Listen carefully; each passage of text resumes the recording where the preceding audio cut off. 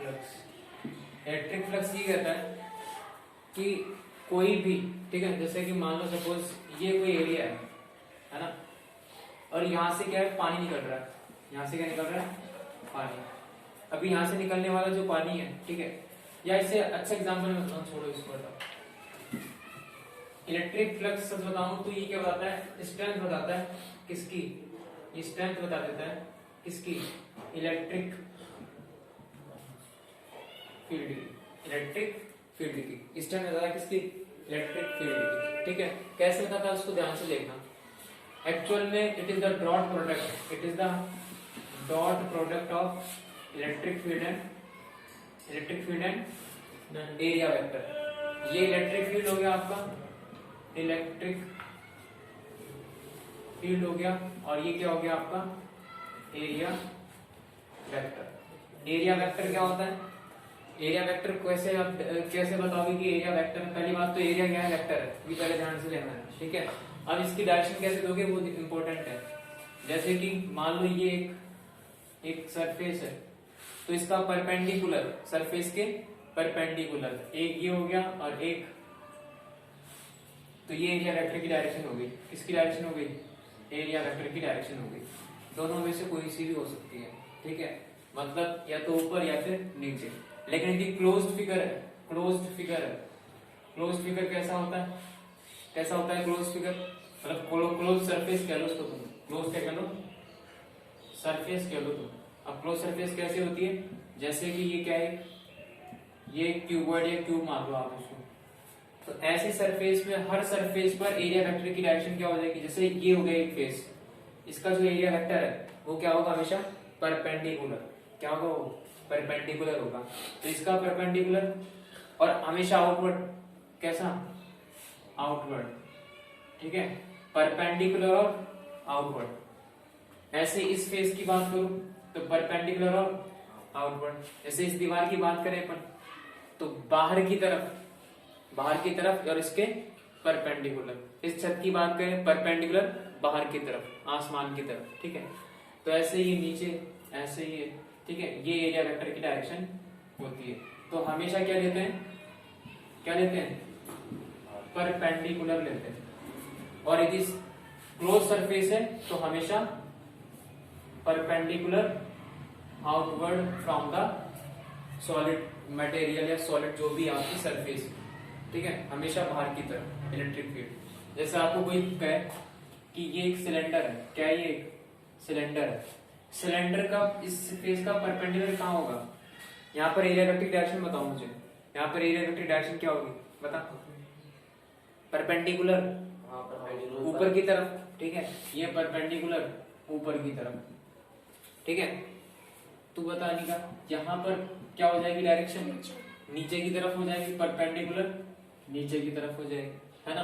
अब बात है ये जो कर्ड सरफेस है ना, जैसे कि ये क्या है, यहाँ पर तुमने बता दी ऊपर, यहाँ क्या बता दी नीचे।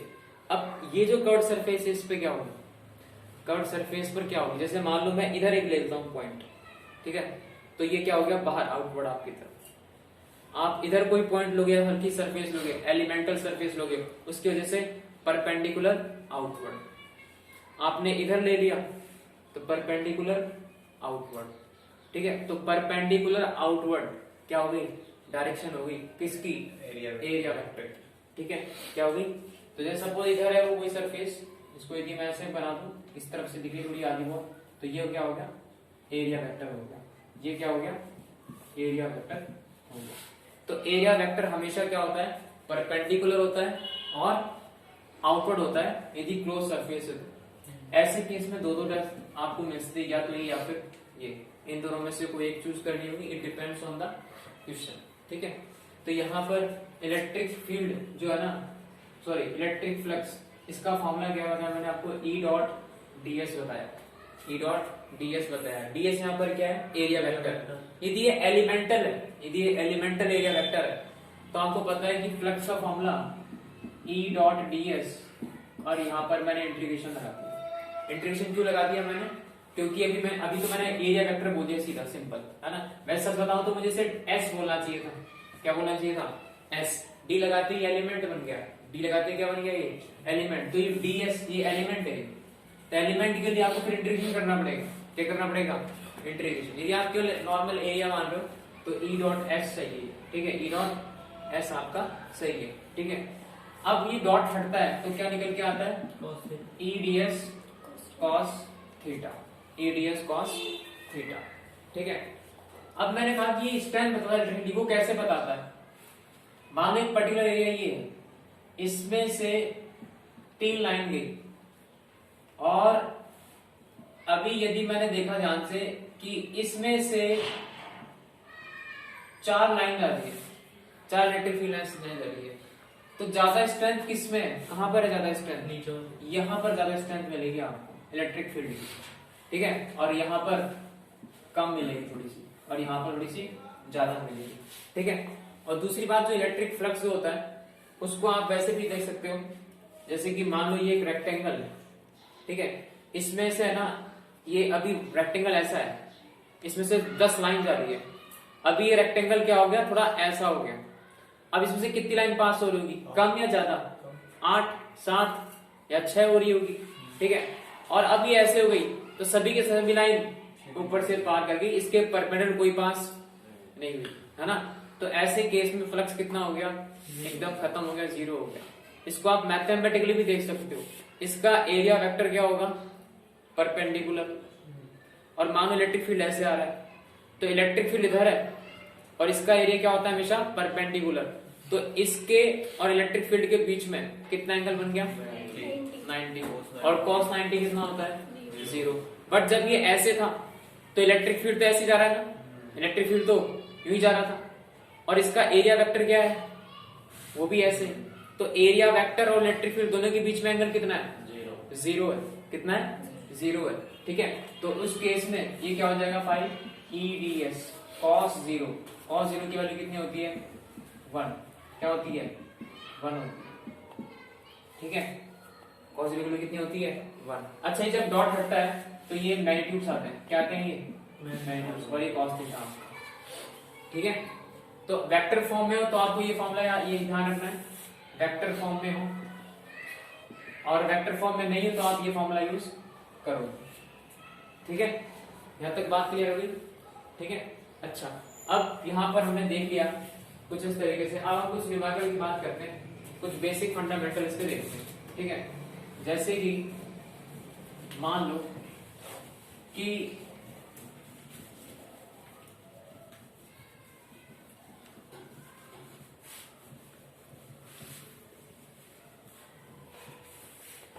मैंने कहा कि इलेक्ट्रिक फील्ड कुछ इस तरीके से है, ये क्या है इलेक्ट्रिक फील्ड है, ठीक है।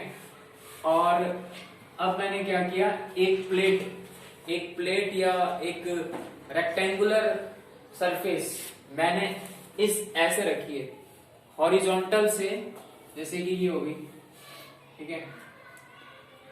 आपको क्या दिखेगी, केवल लाइन दिखेगी आपको, केवल क्या दिखेगी आपको, क्योंकि कैसे रखी हुई है प्लेट, ये प्लेट ऐसे रखी हुई है, इलेक्ट्रिक फील्ड ऐसे जा रहा है, ऐसे, आपको क्या दिखेगी, ये लाइन दिखेगी केवल, ठीक है।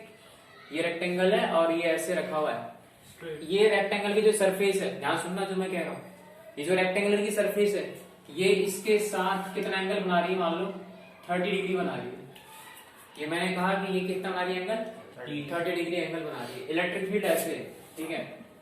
अब मैं आपसे पूछ रहा हूं, और इसका एरिया मैं बोलता हूं ए है, इसका मैग्नीट्यूड कितना एरिया का ए है, और आपसे पूछ रहा हूं कि फ्लक्स कितना हो जाएगा, कितना हो जाएगा फ्लक्स यहाँ पर ई डी एस, फिर अब डी एस तो कौन है ए है। अब मैंने आपको बताया था ये जो E D S cos theta है, theta is the angle between, theta is the angle between किसके किसके, ई एंड ये तो होता है, theta is the angle between E and D S. भाई ये डॉट भी करते हैं अपन, अरे अपन ने 11th क्लास में किया था, नहीं किया था, A B cos theta, theta, ठीक है। ये जो थीटा है ना, ये किसके बीच का एंगल होता है, ए और बी के बीच का होता है, तो वैसे ही ये किसके बीच का एंगल है, ई और ए के बीच। अब ए का तो आपने गलत बता दिया, आपने जो cos 30 बताया आपने थीटा, वो गलत हो जाएगा। कितना हो जाएगा? ये तो 90 है। 60 हो जाएगा। 60 क्यों हो गया? इसका एरिया वेक्टर कहाँ है भैया? कहाँ है इसका एरिया वेक्टर? परपेंडिकुलर है ना, परपेंडिकुलर साथ ये रहा। ये क्या हो गया? परपेंडिकुलर। ये कौन हो गया? एरिया। और इलेक्ट्रिक फील्ड कैसे है? ऐसे। इलेक्ट्रिक फील्ड ऐसे जा रहा है और एरिया ऐसे है। एरिया वेक्टर ये नहीं है, ये तो सरफेस थी। इसका एरिया वेक्टर तो क्या होगा हमेशा? Normal, perpendicular. पता है ना, परपेंडिकुलर होता है एरिया। तो ए और ई के बीच में एंगल कितना? क्योंकि ये 90 है पूरा, ये एंगल कितना है पूरा? 90, क्योंकि ये परपेंडिकुलर लिया है ना मैंने क्या लिया है? परपेंडिकुलर लिया है ना। अरे बात समझ में? तो ये आपका एरिया वेक्टर की डायरेक्शन ये हो गई, और ये इलेक्ट्रिक फील्ड है। इनके बीच में एंगल कितना हो गया? ये 90 माइनस 30, 60 डिग्री, इसलिए 60 है। क्लियर है यहां तक सभी को? तो cos 60 की वैल्यू कितनी होती है? 1/2 E। ठीक है, राइट डाउन कर लो फटाफट से। तो ये क्वेश्चन हमें ये सिखाता है कि जो एंगल है किसके बीच का होता है? एरिया वेक्टर और इलेक्ट्रिक फील्ड के। ठीक है, एरिया की सरफेस के साथ नहीं, सरफेस का एंगल नहीं, सरफेस के एरिया वेक्टर के साथ एंगल होता है इसका। ठीक है, इस चीज को ध्यान रखना। यार ये जो नोट्स है ना, ये कितने टॉपिक्स कवर कर रहा है ये? इसमें पोटेंशियल भी आएगा और कैपेसिटेंस भी आ जाएगा। मतलब इनका वो एक चैप्टर था जो अभी करवाया था, वो आगे आगे वो गुलाम वो वगैरह। वो तो भी इसका एक सेगमेंट होगा, एक टॉपिक। तो ये आपका क्या आ गया? फ्लक्स आ गया। ठीक है, अब आपसे कहा गया कि एक सिलेंडर है, लेटा हुआ है। कैसा है? लेटा हुआ सिलेंडर। ठीक है, ये लेटा हुआ सिलेंडर है और आपको फ्लक्स निकालना है। आपको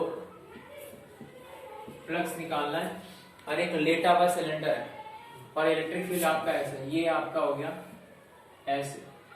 ये क्या है? सिलेंडर लेटा हुआ है और ये इलेक्ट्रिक फील्ड लाइंस आ रही है। ये क्या जा रही है? Electric field lines. ठीक है, और ये लेटा हुआ है। कैसा है? ये लेटा हुआ है ना। अब आपको कह रहा है कि फ्लक्स कितना होगा, और इसका एरिया आपको ए दे दिया गया है। इसका भी टोटल एरिया ऑब्वियस सी बात है ए हो जाएगा। ठीक है, और ये जो कर्व सरफेस है, ठीक है, इसका एरिया आपको नहीं दिया गया है। ये आपको ऐसे कह दिया गया कि ये इसकी रेडियस है 0, ये इसकी रेडियस है। ठीक है, और ये इसकी लेंथ है। चलो, अब इसमें से कितना फ्लक्स लीक हो रहा है इस सिलेंडर में से, वो आपको निकालना है। 0। तो ऐसे केस में जब अलग अलग एरिया, मतलब एरिया के ना इलेक्ट्रिक फील्ड के साथ बार बार अलग अलग एंगल बनाता हो, एरिया वेक्टर जब इलेक्ट्रिक के साथ बार बार अलग अलग एंगल बनाता हो, तो ऐसे केस में हम उसको डिवाइड कर देते हैं, उसको पार्ट में डिवाइड कर देते हैं। ऑब्वियस सी बात है, ये पूरा एरिया, ये पूरा एक एरिया और ये कर्व सरफेस मैंने 3 पार्ट में तोड़ दिया। किस किस में? 1, 2 और 3। ये दोनों फ्लैट सरफेस है। फ्लैट सरफेस कौन सी? 1 और ये 2। ठीक है, और ये कर्व सरफेस है। तो कर्व सरफेस 3 सरफेस हो गई। मैंने स्प्लिट किस में किया? 3 सरफेसेस में स्प्लिट कर दिया मैंने इसको, और इलेक्ट्रिक फील्ड मेरा ऐसे जा रहा है। ठीक है, अब आपको ना हर फेस पर आपको ये देखना है, आपको हर फेस पर ये देखना है कि फ्लक्स कितना लिंक हो रहा है, हर फेस से या हर सरफेस से। 3 सरफेसेस हैं, 1 2 3, है ना। जैसे मैं फर्स्ट की बात करूं तो इलेक्ट्रिक फील्ड कैसे जा रहा है? इधर जा रहा है इलेक्ट्रिक फील्ड, तो है ना। और एरिया वेक्टर इसका किस डायरेक्शन में होगा? नुकुल बता दे। इधर होगा, सही कह रहा है। 0 हो गया है। तो ये देखिए, इधर ध्यान से देखिए एक बार, 0 कैसे हो गया? सेकंड तो 0 होगा। ये इलेक्ट्रिक फील्ड और एरिया वेक्टर इधर है, इन दोनों के बीच में एंगल कितना हो गया? ये कितना हो गया? 180। तो पहले मैं फाई 1 निकाल देता हूं, ई ए कॉस 180 कितना आ जाएगा? माइनस का। अब मैं चलता हूं 2 पर, तो यहां पर कोई भी आप बना लो, एलिमेंट ले लो, इसका परपेंडिकुलर 0 ds कह लो या फिर a कह लो आप। ठीक है, a कह लो आप। या ds कह लो, da कह लो, है ना, कोई भी एलिमेंट ले लो आप, यहाँ का एलिमेंट ले लो, ये कितना हो जाएगा, d हो जाएगा, ठीक है। तो ये आपके एलिमेंट्स पढ़ रहे हैं परपेंडिकुलर, चाहे ऐसे ले लो चाहे ऐसे। यदि आप ऐसे लेते हो इलेक्ट्रिक फील्ड ऐसे, तो एंगल कितना होगा, 90 हुआ। चाहे आप इस वाले को सरफेस ले लो, इसका एरिया कहाँ होगा, एरिया वेक्टर ऊपर परपेंडिकुलर, इलेक्ट्रिक फील्ड ऐसे है, दोनों के बीच में कितना एंगल हो गया, 90, है ना, हर बार 90। ये वाला चलो, ये वाला हल्का सा सरफेस ले लो आप, इसका परपेंडिकुलर, ठीक है, और इलेक्ट्रिक फील्ड तो ऐसे ही जा रहा है, इन दोनों के बीच में एंगल कितना हो गया, इसके और इसके बीच में 90 डिग्री, तो 90 बन रहा है हर बार। तो φ2 कितना हो गया, EA या जो भी एरिया हो, ठीक है, cos 90, cos 90, ठीक है। अच्छा, ये कितना हो गया, अब हो गया φ3 की बात करें अपन, सॉरी ये φ3 था एक्चुअली, ये कौन सा था, φ3। अब मैं φ2 की बात करूंगा, इसकी φ2 की बात करूंगा, तो φ2 में इलेक्ट्रिक फील्ड का है इस तरफ, और एरिया उधर ही है, वो भी उधर ही है। cos 0, एंगल कितना हो गया दोनों के बीच में, सेम डायरेक्शन, एंगल कितना, 0। भाई इलेक्ट्रिक फील्ड इधर ही है, एरिया वेक्टर भी इधर ही है, दोनों के बीच में एंगल कितना हो गया, 0। EA cos 0 कितना आ जाएगा, EA, ठीक है। अब क्योंकि ये स्केलर क्वांटिटी है, फ्लक्स क्या है, स्केलर। स्केलर क्यों है, क्योंकि ये डॉट प्रोडक्ट है, हाँ, स्केलर प्रॉपर्टी क्योंकि ये है ना, स्केलर है ना, वेक्टर स्केलर, तो अपना स्केलर प्रॉपर्टी है ये बायो के है ना, तो स्केलर प्रॉपर्टी है, इसीलिए ये क्या हो जाएगा, जिसमें डॉट प्रोडक्ट टोटल ऐड कर दो आप, आपको डायरेक्शन से कोई मतलब नहीं है, क्वांटिटी देखो आप, तो EA 0 माइनस का EA कितना हो जाएगा, 0, टोटल कितना हो जाएगा, 0 हो जाएगा, ठीक है, क्लियर यहाँ तक। तो इससे कोई फ्लक्स लिंक ही नहीं हुआ, कोई फ्लक्स लिंक ही नहीं हुआ। अब यहाँ पर कोई फ्लक्स लिंक क्यों नहीं हुआ, क्योंकि इसके अंदर कोई चार्ज नहीं रखा हुआ था, जितनी लाइंस एंटर कर रही है उतनी लाइंस बाहर निकल रही है, ठीक है, जितनी लाइंस एंटर करे उतनी पूरी पूरी बाहर निकल जाए, इसका मतलब उससे नेट फ्लक्स लिंकेज कितना हो गया, 0। जितनी इनवर्ड हुई उतनी ही बाहर निकली, 0, ठीक है। अच्छा, ये हो गया क्वेश्चन आपका, इसको राइट डाउन कर लो। तो ये इसमें वो एप्लीकेशंस क्या हैं, अभी तो अपन ने स्टार्ट नहीं किया, अभी तो अपन ने कितने मार्क्स का वेटेज स्टार्ट है नहीं किया। इसका, हाँ, इस बार वेटेज कितने मार्क्स का है ये चैप्टर, देखो कितना है बोर्ड का, तो बोर्ड ही पिछली बार कितने का था,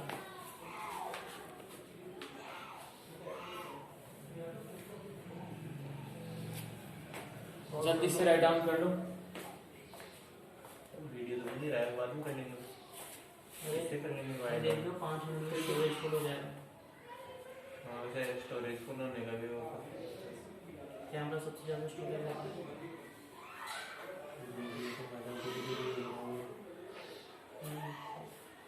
हो गया? 15 मिनट में हो गया, नहीं,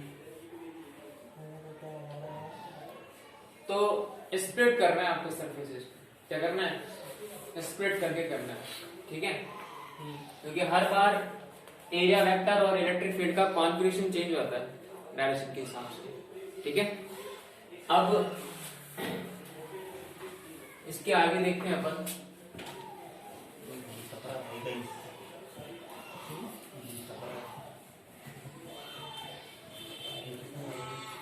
ये कौन बोल रहा है, अब जैसे कि एक क्वेश्चन है, ये एक क्या है, ये एक क्यूब है, क्या ये क्यूब है मान लो, और ऑरिजिन यहाँ पर प्लेस है, इस पॉइंट पे क्या है ऑरिजिन। इलेक्ट्रिक फील्ड कुछ इस तरीके से आ रहा है, ये इलेक्ट्रिक फील्ड है, मैंने ऐसा इसलिए बनाया है क्योंकि ये मेरा x है और ये मेरा y है और ये मेरा z है। ये इसलिए ऐसे जा रहा है इलेक्ट्रिक फील्ड, क्योंकि मैंने इलेक्ट्रिक फील्ड को बोला है ऐसे, E नॉट आई कैप, ये मेरा इलेक्ट्रिक फील्ड है। यहाँ पर मैंने आई कैप लगाया हुआ है, इसका मतलब सभी लाइनें क्या होगी, एक्स के अलोंग हो गई, ठीक है। और साइड जो है ना वो कितनी है, ए, कितनी है, ए साइड का क्यूब है, ए साइड का क्यूब है। और आपको ऐसे बोला गया कि ना आप फ्लक्स निकालो, आप क्या निकालो, नेट लिंक फ्लक्स कितना हुआ इससे, इस पूरे क्यूब से। तो उसको करने के लिए आपको वापस क्या करना पड़ेगा, स्प्लिट करना पड़ेगा। कितनी सरफेस हो गई, 6 सरफेस हो गई, ठीक है। 1 2 3 4 5 6, ठीक है। ये 6 सरफेस हो गई। तो ये 5 सकते हैं नहीं, ये वाली सरफेस नहीं, 2 नीचे वाली सेम में हो गई। 3 4 5 6, ठीक है। 6 सरफेस हो गई। अब हर सरफेस पर अपन एरिया और वेक्टर और इलेक्ट्रिक फील्ड वेक्टर दोनों के बीच का एंगल देखें, दोनों के बीच का एंगल देखें, ठीक है। जैसे पहले मैं इस सरफेस को लेता हूँ, ये वाली सरफेस, एरिया वेक्टर कहाँ है इसका, पीछे की तरफ, ठीक है। इलेक्ट्रिक फील्ड कहाँ जा रहा है, आगे। तो बता दो φ1 कितना, माइनस का cos 180 हो गया।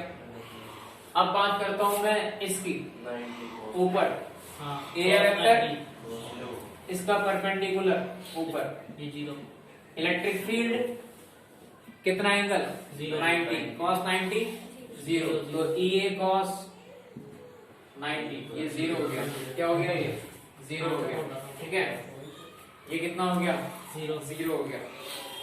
और ये गया मार्क, मार्कर भी 0। अरे बहुत। अब ये तो हो गया। 5D को देखूं मैं, ये मैंने दी थी तीसरी सरफेस, कितना हो जाएगा, बताओ भाई, E हो जाएगा, क्योंकि इलेक्ट्रिक फील्ड भी इधर और एरिया वेक्टर भी इसका इधर सेम डायरेक्शन में, ठीक है। इसके बाद फोर्थ सरफेस देखो, कितना हो जाएगा, 0, एरिया वेक्टर नीचे, इलेक्ट्रिक फील्ड इधर, एक्स के लॉन्ग है ना वो, तो कितना हो गया, 0। फिफ्थ सरफेस आप ले लो, ये वाली हुआ, ये लो आप फिफ्थ सरफेस, इलेक्ट्रिक फील्ड मतलब एरिया वेक्टर और इलेक्ट्रिक फील्ड उधर, एरिया वेक्टर उधर उस दीवार से, इलेक्ट्रिक फील्ड इधर, कितना एंगल, 0, 90, cos 90 कितना होता है, आंसर 0।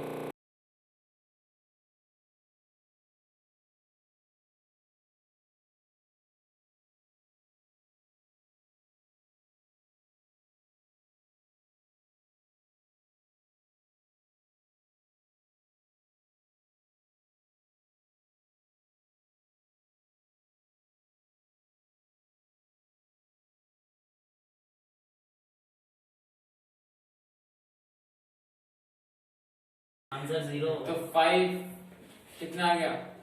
अब 6 की बात करता हूँ मैं, इसमें भी 90 डिग्री एंगल 0। 6 कौन सी सरफेस है, पीछे वाली, मतलब ये वाली सरफेस, ठीक है। तो ये हो गया आपकी 6 हो गया पीछे की तरफ, इसका 90 डिग्री, ठीक है।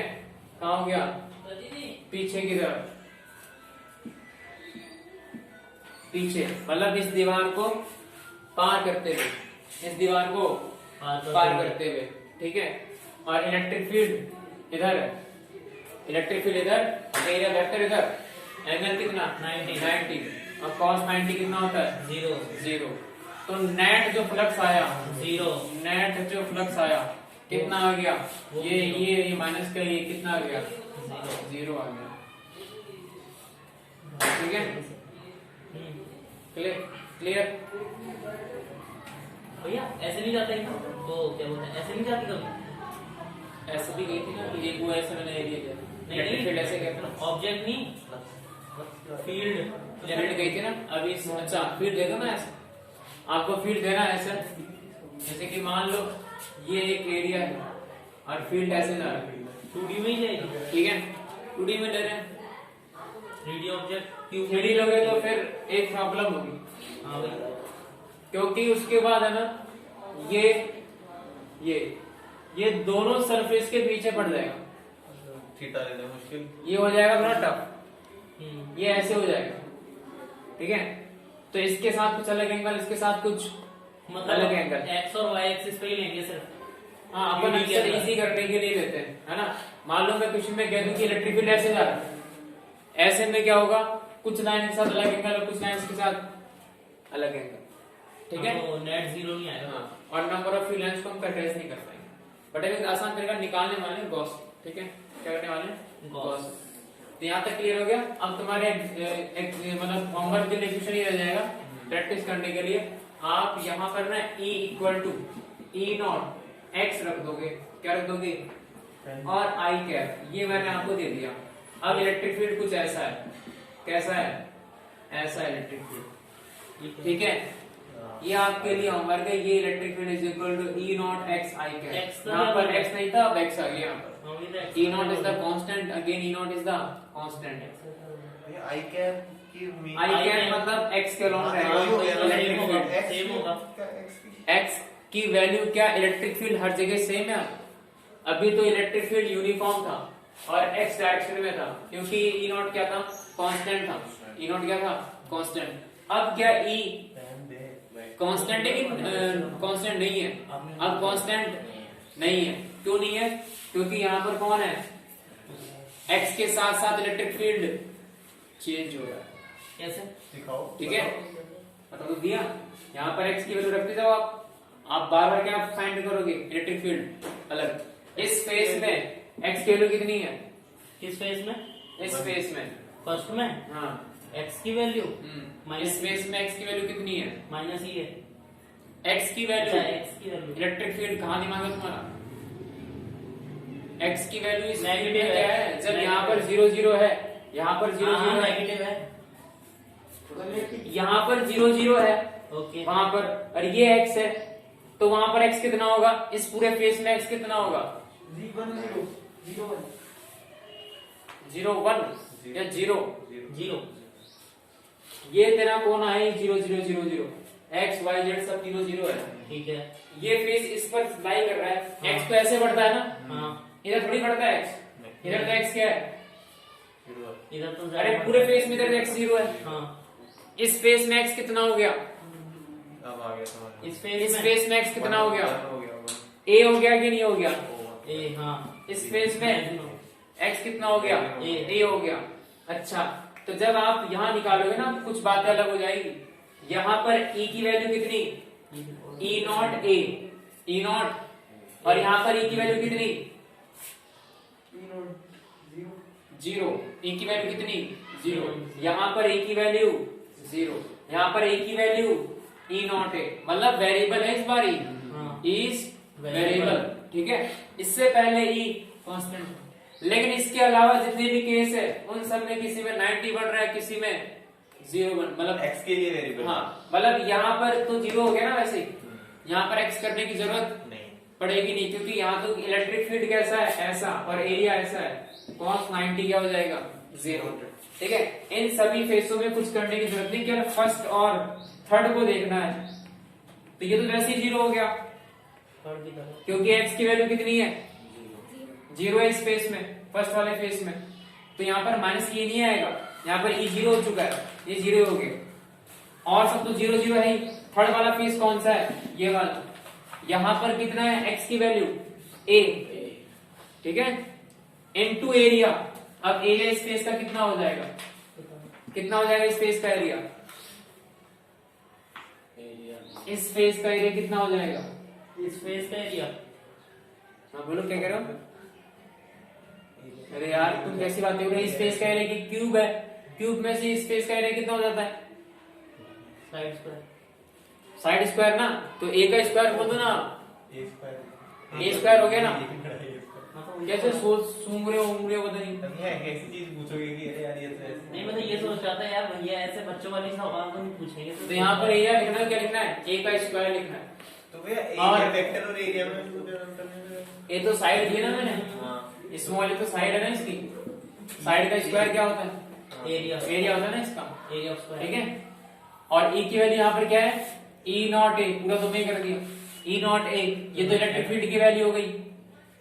ई नॉट एक्स, एक्स कितना है स्पेस पे, ए है, और एरिया का एरिया, एरिया क्या है यहाँ पर स्पेस का, ए का स्क्वायर, कितना हो गया ये, ई नॉट ए क्यूब, ये आपका फ्लक्स आ गया, और सब तो जीरो है ही, और सब तो जीरो, ये भी जीरो है क्योंकि यहाँ पर x कितना है, जीरो है। तो जब यहाँ जीरो पुट करोगे तो e की वैल्यू यहाँ पर कितनी आ जाएगी, जीरो, तो फ्लक्स भी जीरो। ठीक है, तो ये आपका कितना आया, E नॉट a क्यूब आ गया। एक होमवर्क तो रहा ही नहीं। ठीक है, चलो उतार लो इसको, अब दे दो ई नॉट वाई जे, इसको उतार लो फटाफट। यहाँ वाई जे ही होगा। अब आपके लिए होमवर्क में वो सही कह रहा है, अब आपके लिए ई नॉट मैं कर देता हूँ वाई जे के, ये आपका होमवर्क हो गया। ठीक है, ये आप करोगे। एक बज गया, उसे भी कर दूंगा। उतार लो इसको फटाफट।